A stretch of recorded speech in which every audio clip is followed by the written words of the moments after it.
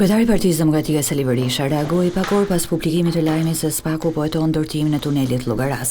Në një konferencë me gazetarët, Berisha deklaroi se zëvendës kryeministja Belinda Balluku ka dosjet më të rënda, por nga ana tjetër lideri i opozitës Berisha u tregua skeptik ndaj hetimit të prokurorisë posaçme kundër krimit të organizuar e korrupsionit. Ljubia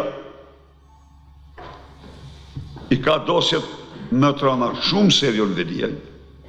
Themu ty, pse? Ajo ka disponuar 12 miliard euro. Ai 5. Ai tuneli Llogaras është si punë e Nestian Gold, apo jo? Si puna, thash, nuk është tamam si Nesti. Se dhe aty dore e Rams është 100%. Se pazari u bën në Ankara. Kompania ishte e dytë me 130 milion euro, kompania tjetër me 180 dhe tani janë nga 50 milion euro, se po shkon 230 po shkon 230.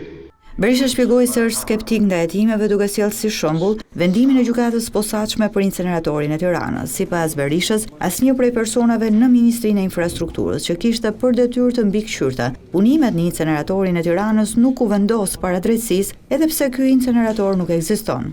Në asnjë mënyrë skapi nuk i mirte dot këta. Se po të mirte këta, ose do bëheshin të burgosun paguar, do paguan të Belinda kaq milion, ose do të regonin se nuk na ka leju Belinda për të bërë mbikëqyrje. Dhe se parat janë dhanë, për arsye se i ka marrë Belinda, minimumit, themi. Unë them se ka marrë Belinda parat. Parat i ka marrë Rama.